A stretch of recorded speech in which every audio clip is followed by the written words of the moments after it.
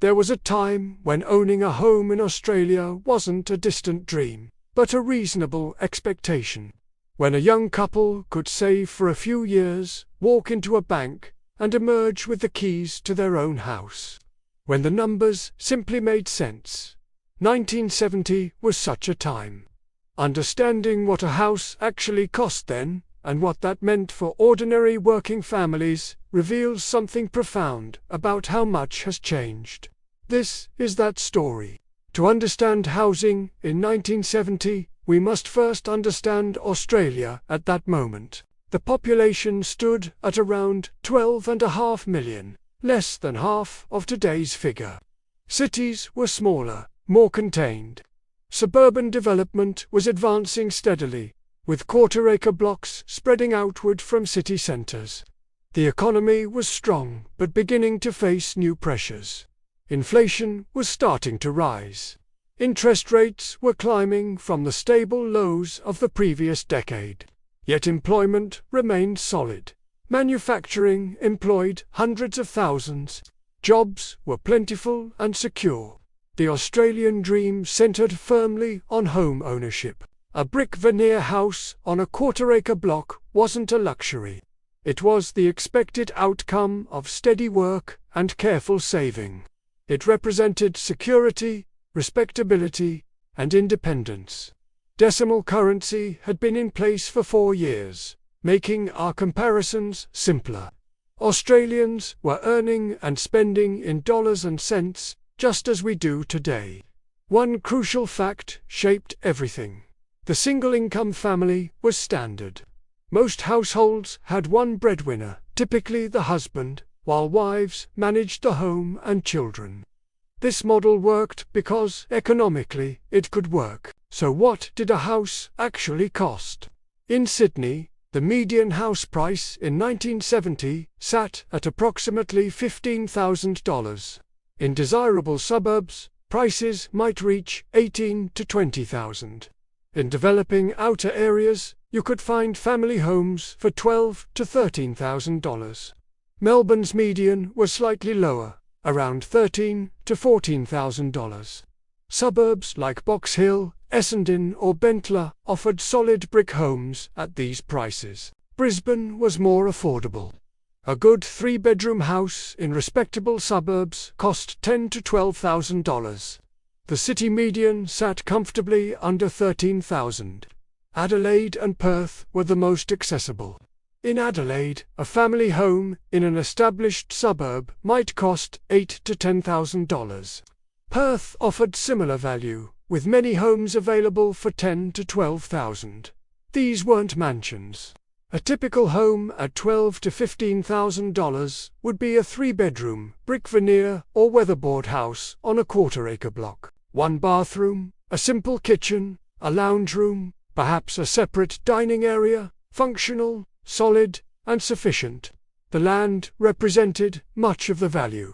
Quarter-acre blocks were standard. Backyards were large enough for children to play, for vegetable gardens. For the hills hoist, space was abundant and expected. For those willing to move to outer suburbs or regional areas, prices dropped further. Homes on the urban fringe might cost $7,000 to $9,000. Country towns offered family homes for $5,000 to $7,000, but let us focus on the typical scenario. A working family purchasing a modest home in an established capital city suburb, $12,000 to $15,000. This is the figure that mattered for most Australians. What were families actually earning in 1970? The average male wage was approximately $60 to $70 per week. For a tradesman, factory worker, clerk, or driver, this range was standard. Annually, this translated to roughly $3,200 to $3,600. A schoolteacher might earn around $4,000 per year. A skilled tradesman, $3,500. A police officer or nurse, similar amounts. These were respectable, stable incomes. Women's wages remained significantly lower. Equal pay wouldn't arrive until 1972. A woman doing comparable work might earn 60 to 70% of a man's wage. Most married women with children weren't in the paid workforce.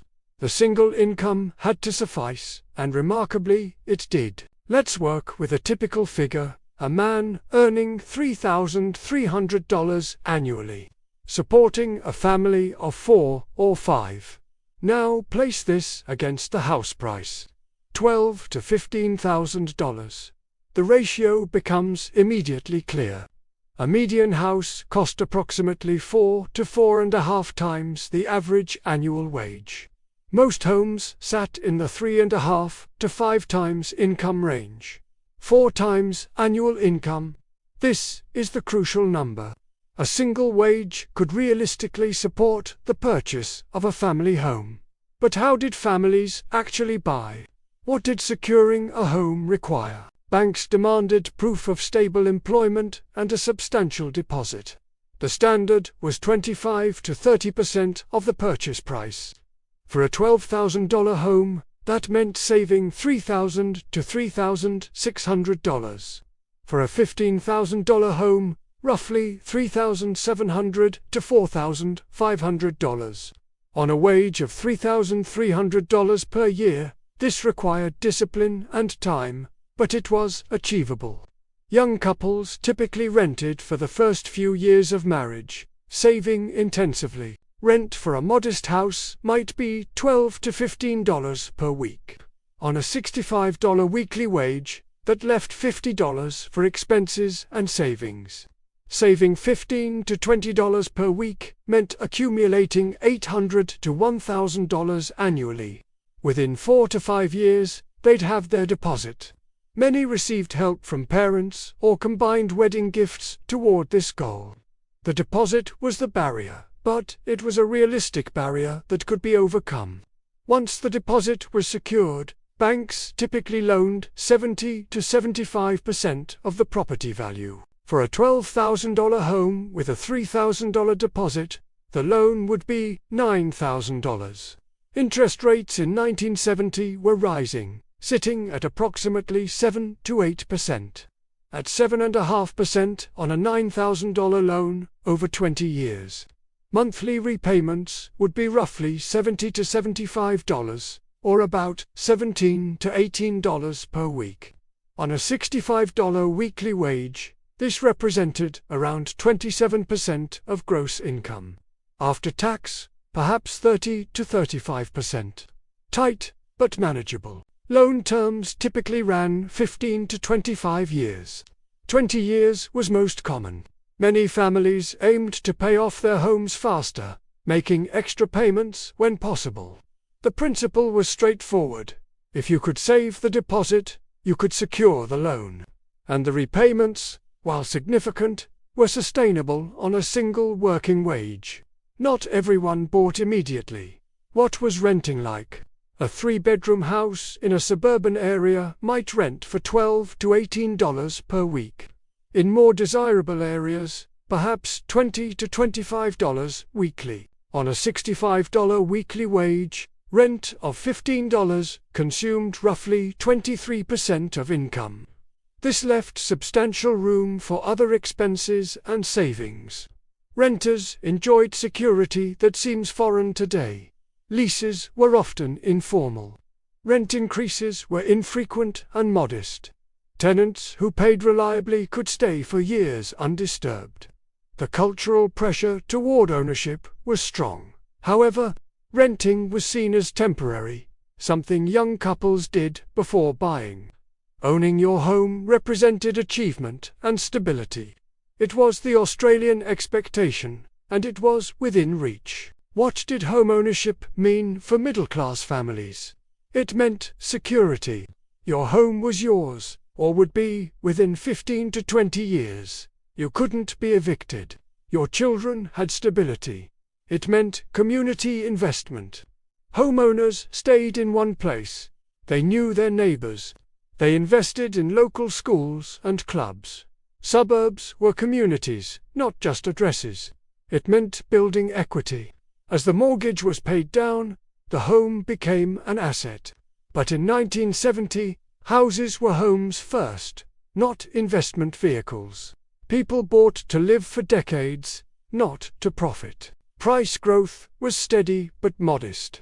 A home purchased for $12,000 might be worth $15,000 by 1975. Growth existed, but not the explosive appreciation that would come later. Middle-class life meant modest comfort. The owned home, a family car, an annual driving holiday to the coast. Children attended local state schools. Healthcare was affordable. Retirement, while not lavish, was secure. Home ownership was the foundation of this stability. It wasn't just shelter. It was control over your life and security for your family's future. Now we must face the comparison that defines everything. The median house price in Sydney in 1970 was $15,000. Today, it exceeds $1.2 million. That's an 80-fold increase. The average wage in 1970 was $3,300 annually. Today, the average full-time wage is approximately $95,000, a 29-fold increase. The ratio has shattered. Where houses cost 4 times annual income, they now cost over 12 times income, often more. Melbourne, Brisbane, Adelaide, Perth, all tell the same story. Prices have risen far beyond wages. In 1970, saving a $4,000 deposit took 4 to 5 years of discipline. Today, a 20% deposit on a Sydney home means saving $240,000. That's decades, not years. Mortgage repayments in 1970 took 27% of gross income. Today, they often exceed 40 to 50%, requiring 2 full incomes where one once sufficed. The single-income family model has died, not by choice but by economic necessity. Both parents must work to afford what one wage once provided. Yet, childcare costs consume much of that second income. Renting has transformed to. In 1970, rent took 23% of income and offered stability. Today, it often takes 40 to 50% or more, with constant insecurity and frequent increases. Home ownership is no longer an expected milestone of early adulthood but an aspirational goal many abandon. The average age of first-time buyers has risen from late 20s to late 30s or beyond. What was normal in 1970 is now extraordinary. What was achievable is now distant. What caused this transformation? Population has doubled since 1970. More people competing for homes drives prices up. But other nations have grown similarly without the same price explosions. Land supply constraints matter. Planning regulations have restricted outward and upward growth. Urban fringeland is no longer cheap and plentiful. Wage stagnation relative to productivity plays a role. Workers produce more value than ever, but real wages haven't kept pace. Credit expansion allows banks to lend multiples of income, unthinkable in 1970. This lets people bid prices higher, but creates more debt and risk. Tax policy has enormous impact. Negative gearing and capital gains concessions encourage property investment. Increasing demand from investors competing with homebuyers. These incentives didn't exist in 1970. Immigration has added demand faster than supply has grown. In 1970, immigration was matched by housing construction. That balance has been lost. All these factors intertwine. No single cause explains everything. But the result is undeniable. Housing has moved from an achievable goal to a source of inequality and stress. What can we learn from 1970? First, the current situation isn't natural or inevitable. The ratio of house prices to incomes in 1970 was normal across the developed world for decades. What we experience now is the deviation. This means change is possible. If policy created current conditions, policy can alter them. For those who bought in 1970, The outcomes have been extraordinary. A $12,000 home is now worth over $1 million. This created generational wealth, though it wasn't planned or foreseen. For their children, the experience has been vastly different.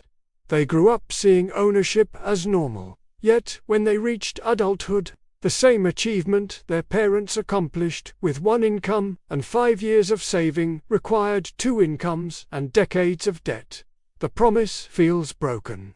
Where the 1970 generation could work hard and see goals achieved within years, younger generations work just as hard and watch their goals recede. Yet understanding this history matters. It validates the memories of those who lived it. It provides context for those who didn't.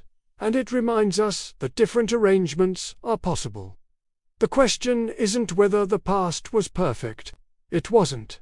But the specific question of housing affordability had an answer then that doesn't exist now.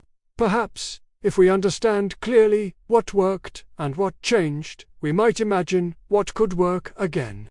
The story of housing in 1970 Australia is ultimately about possibility. Not wealth or luxury, but the simple possibility that hard work and careful saving could secure a home and a stable future.